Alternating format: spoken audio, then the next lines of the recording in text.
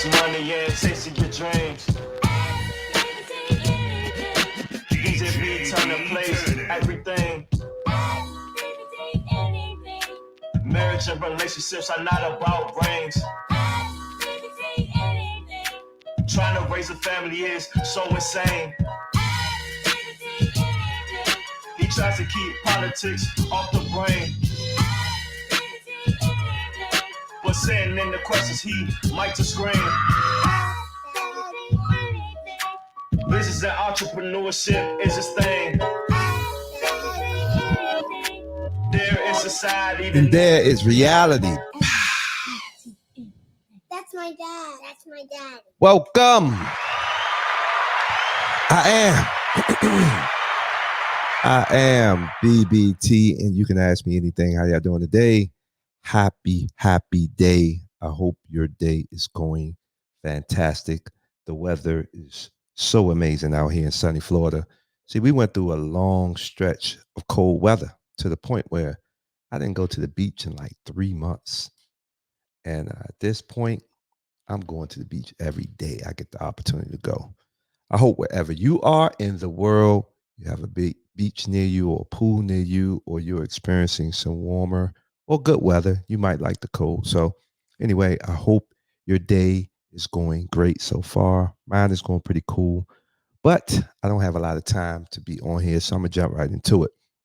First and foremost, I want to say I talked a little bit about taking some time off of social media. It's been the longest stretch that I've been off in forever. I think I was off about 4 or 5 months. I think actually it was only 3 or 4. It seemed like 4 or 5, but at the end of the day, I've been off for a long time. I actually deactivated my Instagram page, and pretty much I never logged into Facebook. And it's been interesting. It's interesting how you view the toxicity of those platforms, and you realize you don't really need it. But then you do also understand that they do serve a lot of purpose. They do have value if you're trying to grow a business like I'm trying to do soon, or you're trying to promote something. It is great for that. But just being back on, it's like, I'm over this shit already. It's like, damn, it's just too much. And it is addictive. So once you're back on it, now you're back to doing all the scrolling, and you're in people's lives that you shouldn't be in. And at the end of the day, I think I do have a strategy and a plan to use it. But, we'll see how it goes. Right now, I'm over it already, but I got a purpose and I have a reason for using it. So that's what I'm going to do.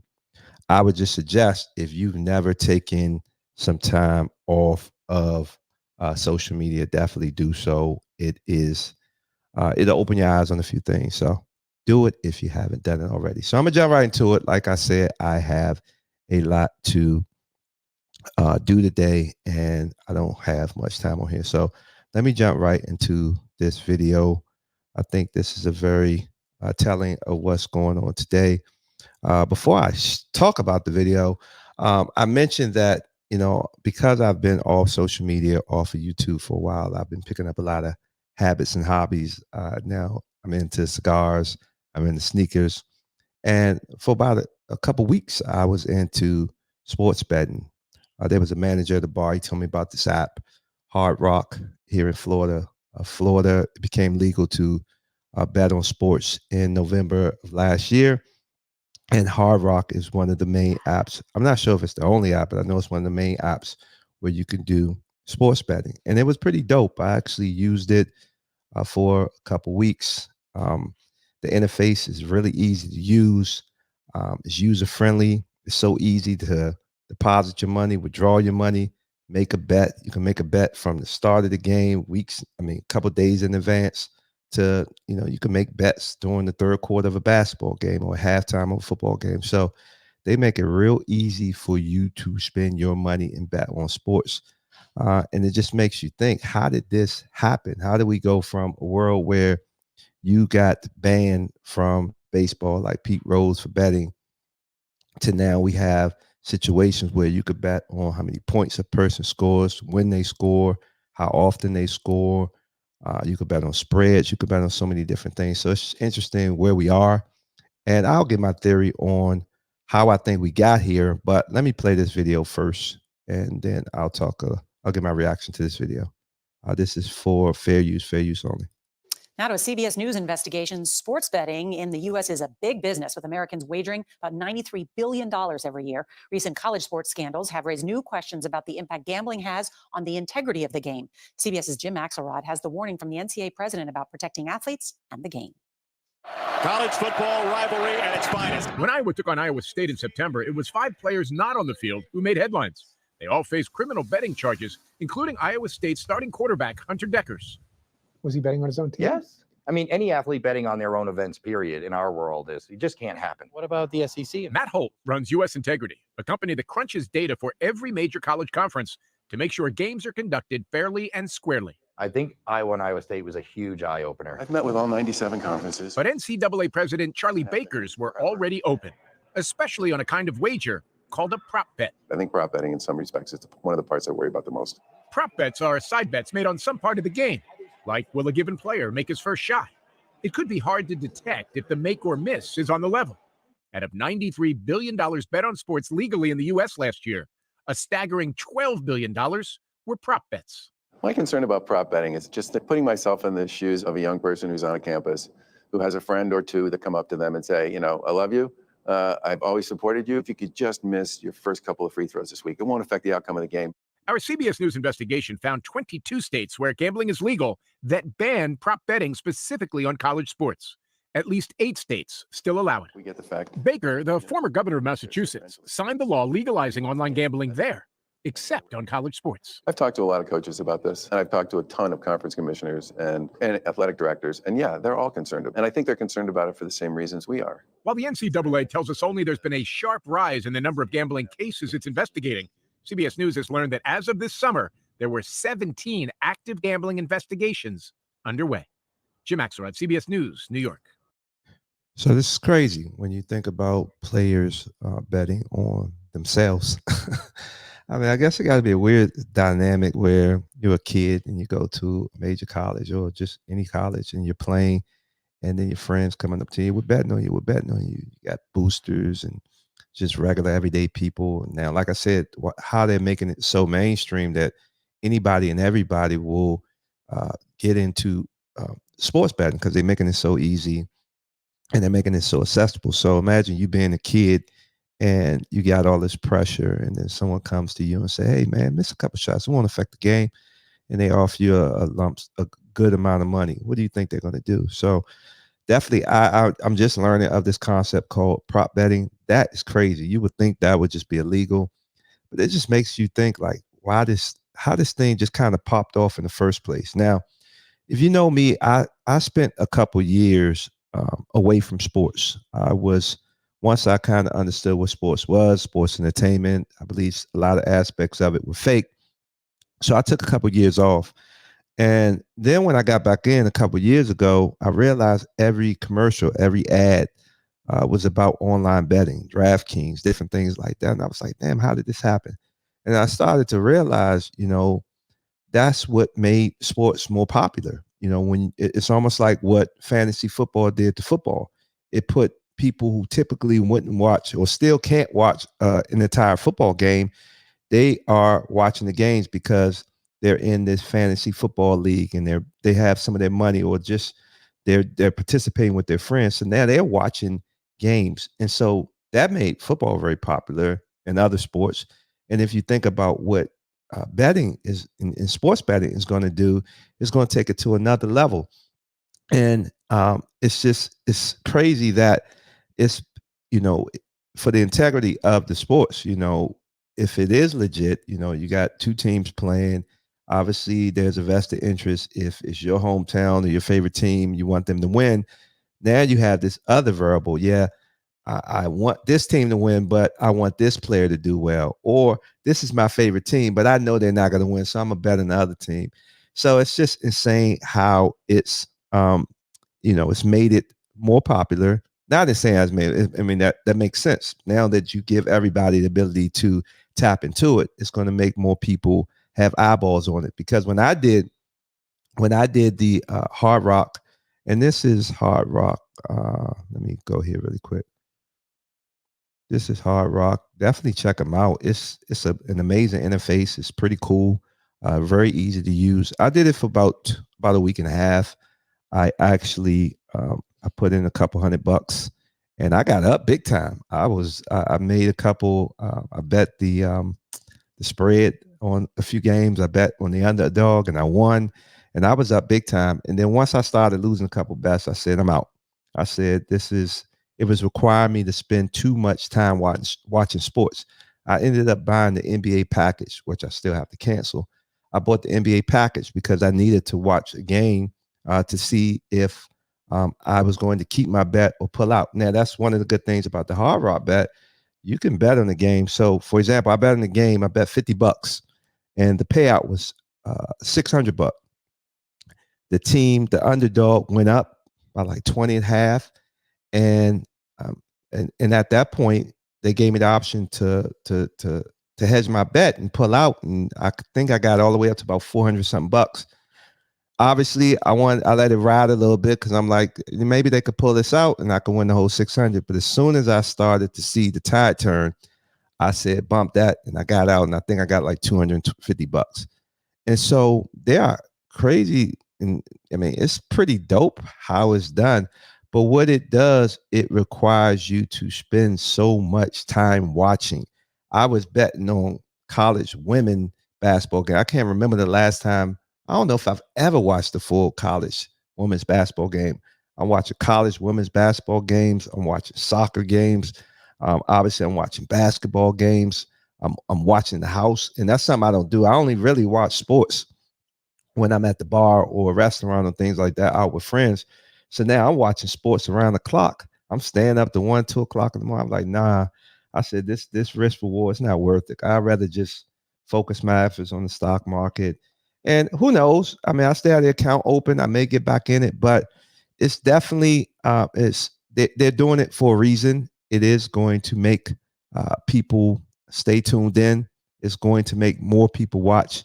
And obviously that's more money, because the reality of betting is at the end of the day, you will lose. I mean, there's exceptions to the rules. There's anomalies. There's the people that got their own algorithms. They know exactly what they're doing. But at the end of the day, when it comes to gambling and betting, eventually you will lose. So I don't know. It's crazy. When I was, I think 2000, I did an internship in Atlantic City with the FAA, and we were right by the Atlantic City casino. So literally, the internship, we would get paid once a month. I would take that check. I would go down to the casinos, and I would see the craziest, strangest things that you would ever see. I would see people literally just had to go to the pawn shop to get their rent money, back at the tables betting again. I mean, I saw it. I saw it so much and so intensely. I mean, I saw how intense it was that I told myself I will never be a gambler. Now, I have played blackjack at tables here and there, and got hype and maybe lost a couple $100. But in terms of the last time I've done it, it's been years, and I knew it was like I am not getting to this level where I can't pay my mortgage or my rent because I'm at a blackjack table or craps table. So gambling is intense, and I'm a share something with you, and it's going to show you how it's affecting our colleges and college students. So hold on one second. Yep. Let's go here. So this article is from Time. It says an explosion in sports betting is driving gambling addiction among college students. So the story starts when Evan Osmak, a PhD student in psychology at the University of Albany, first began counseling undergrads about HIV and substance abuse. He expected to hear about their health issues. Instead, he heard about the problems gambling. Since the beginning of the project 3 years ago, students have brought up unprompted gambling. Osmat says, we started asking about it in every appointment, and everyone has something to say. It's everywhere. And this was December 12th, 2023. The majority of gambling takes place on mobile phones. Osmat said largely, although not exclusively, on sports betting apps served up to students through ubiquitous ads that offer promises for free bets and easy wins that sink their hooks deep into students, leading them to spend their financial aid money, lie to their parents, and ignore their studies so they can keep playing. He says students from low-income families are particularly vulnerable as they lack the financial safety net to bounce back from losses. I mean, think about it. You are a college student, you got some financial aid money, or you're barely getting by, and you're on social media and you see this ad, bet $50 and you get 50 back. Or I think you can't see on this advertisement from Hard Rock, but it basically says if you put in 100, you get 100 back.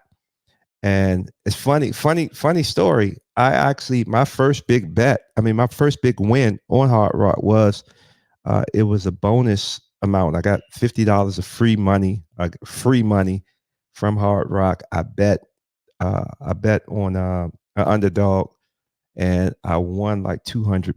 I think it was like $187. So I know exactly what they mean when they say you can get lured in. And if you're a college student, you don't have much money, you got a few bucks, and everybody's telling you, man, I bet $5 and I made $200. They're gonna be like, oh, let me try. And that's all it takes for that to get you into the sports betting world. And then let me just read this part. Gambling addiction is a disorder recognized by the American Psychiatric Association, but students who don't meet all the criteria for a clinical diagnosis can still struggle with gambling. It's often correlated with other forms of addiction, as well as anxiety and depression, experts say, and problems gamblers are at risk of suicide. Because it is legal, because it is aggressively promoted by corporations, because of its capacity for destruction, and because of its spreading so quickly, observers see parallels between gambling and opioid addiction. Just scroll down. 1 in 10 college students is a pathological gambler, according to meta-analysis conducted by professors at the University of Buffalo. Far higher than 2 to 5% of the U.S. general population estimated to have a gambling problem. So there you go. I mean, it's really hitting colleges. I've heard reports that they're creating groups, and college students are doing it together. They're creating algorithms to try to beat, to expect, the trends and different things like that. When I was doing the sports betting, a buddy put me onto an app where it kind of highlights the trends, and you could bet, based on this scenario. And it's almost like it's like being in school. I think that there are ways to do well in it. Me personally, I just didn't have the time, so that's why I got off of it. But I can see it really, really taking over with college students. And if you really paid attention to that one point, low income students are at far greater risk because they don't have the luxury of mom and dad or trust funds or a lot of money to protect them. So we have to be mindful of this. And it's kind of fucked up because the people that are pushing it are the sports organizations. And it's like, where do we go from here? So let me jump into that. Where do we go from here? Let me share my screen one more time with this article. So it says why U.S. sports betting could become a $45 billion, not million, not thousand, $45 billion business. And this is from Goldman Sachs. I'll just read the highlighted parts. It said, we expect growth to be driven by a combination of new state openings and a higher share of consumer wallet being spent on sports betting over time, says Ben Andrews, head of leisure and travel research for Goldman Sachs Research in Europe, where legal sports betting companies have a longer history. Yeah, I've seen it. Like I said, you could check out this article yourself. I've seen it in Florida with Hard Rock. Everybody's doing it. They're betting on everything. And most people I talk to, are you up? Nah. I won a couple times. I'm not up. And if you, like I said, I've seen at another level where sports betting, in most instances, you lose. But people don't see it like that. They're focused on, hey, if I could bet 5 and win 200, I'm gonna take that. And it goes from 5, and the next thing you know, you're betting 20, then 30, then 50, then 100. Then you're betting your whole check. And next thing you know, you're like, I think I saw something recently. Bruno Mars is like 50 million in debt with some casino. And I mean, he's a celebrity and supposedly has a lot of money. So just be careful, people. Be careful. It is, at the end of the day, it is somewhat, I won't say it's sad. I mean, it is what it is. I mean, I guess that's the temptation of most things in this world. You got to be able to manage the tempting things, and gambling is one of those things. I guess the sad thing is it's more accessible, and they're making it more and more easy to get into. So just be careful.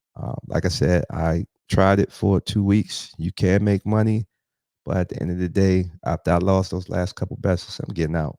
And plus, like I said, it takes up too much time. So let me get ready to get out here. I want to talk one more thing.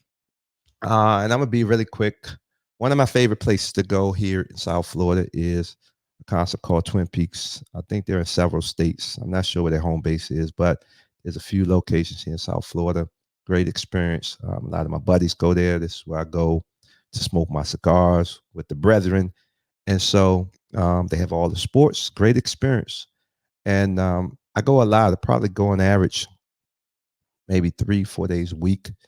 Sometimes a couple hours, sometimes it can be longer than that. They show the fights. I mean, great company, great concept, good times.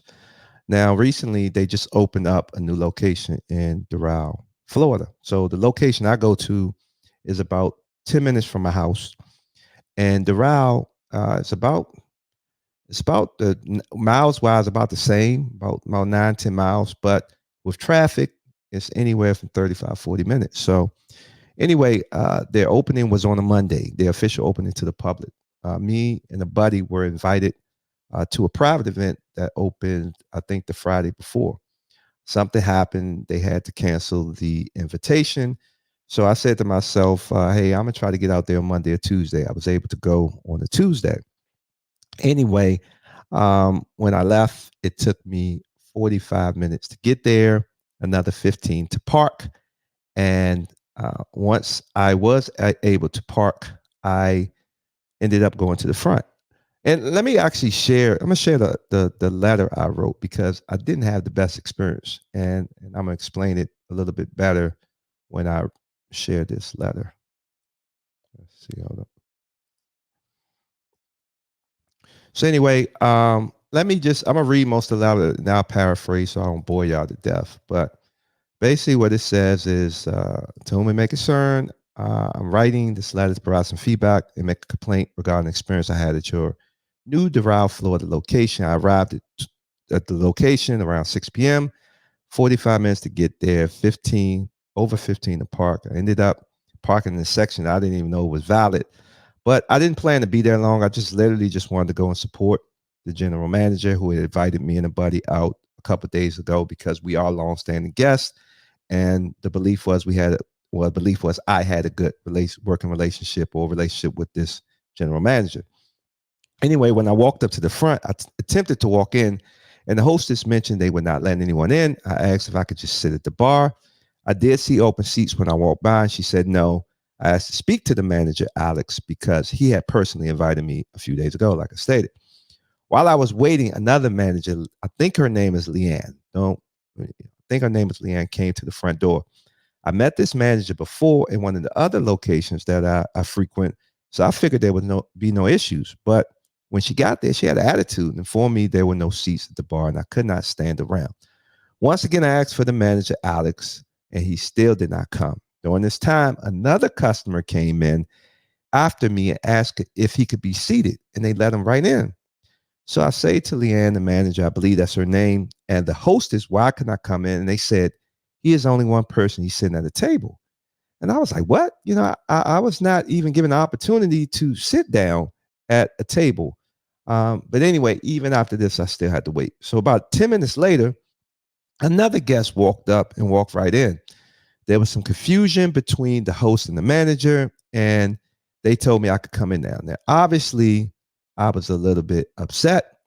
And so I walked past the manager and I said, I will remember this. That's the only thing I said. I didn't say anything in a threatening manner. I just said, Dad, I'm going to remember this. I've seen you before. That's messed up that I had to sit out there and wait so long after wanting to come and support you all. And once again, getting a personal invite from the manager, the general manager.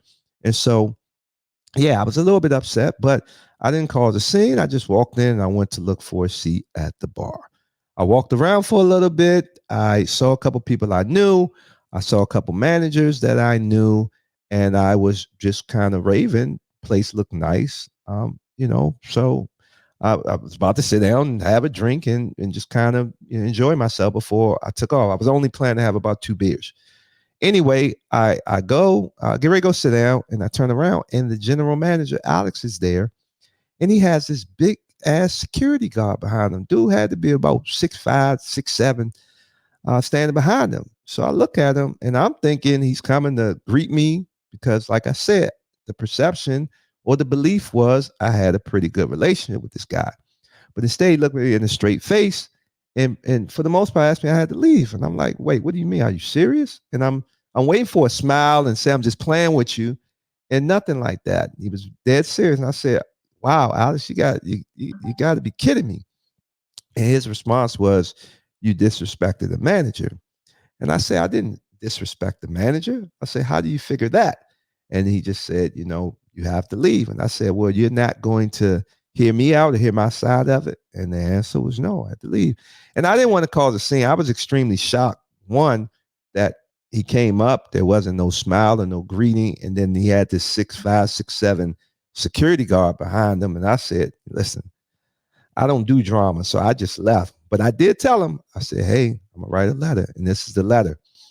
Now I ended with this part, said, I've seen people drunk, disrespectful to employees. I mean, basically, I've seen things 10, 20 times worse, and I didn't see the swiftness of dealing with those actions or those individuals. And so for them to walk me out in that manner, people knew me there. I'm walking out like a criminal. I felt like a criminal. I felt very embarrassed. And it was, I don't think any guest should go through that, especially for what happened, let alone someone that frequents an establishment like that on a consistent basis. So I wrote that letter a week ago. I haven't heard anything, Twin Peaks. Now, listen, you might not agree with my side, but you should at least call me and we can have a conversation. You can say, hey, sir, you were wrong. And I can say, okay, I don't think I was wrong. Here's my side of it. Are you going to, and they can say their side. But not even to acknowledge or call me, I don't think that is cool. I think that you are a pretty strong and popular brand. I think that if a customer makes a complaint, you should address it. Someone from your corporate office should at least call and address the situation. So I'm waiting. I mean, it's been about a week. And guess what? I'm not petty. I'm still going to support the other locations. I don't plan to go back to Doral no time soon. I'll support the other locations. And when I do hear from someone, I have no problem going to Doral. Listen, things happen. I did hear later that the general manager's Alex perspective was a manager came at him with a complaint. He acted swiftly, got the security and put me out, not knowing it was me. And so I understand that. Now, the problem with that is once you knew it was me or someone that you recognize that never had a run-in with a manager or an employee in the past, you should have pulled me to the side. You should have pulled the manager to the side and you should have said, hey, this is what she said. Brian, what happened? This is what I said. Okay, based on what I hear, okay, we still have to put you out. And if you would have did that, I would say at least you heard me out, but not even to hear me out and to put me out and to put me out in the manner where I look like I committed a crime. I don't know, Doral. That seemed a little. Nah, I'm not going to say that. I'm not going to say that, but you guys got rumors. I hear a lot about Doral. Like Doral is, I hear some crazy things about Doral. And I didn't want to believe it. And obviously, that's why I went out there to support. But, I mean, what happened was not right. And like I said, the clock is ticking, Twin Peaks. At least somebody can call me and address this. And at least we can have a discussion. If an apology is in order from you, then cool. If it's from me, hey, I'm man enough to say, hey, maybe I was wrong. Maybe I did something. But not to acknowledge my complaint and even address it with me is not good customer service.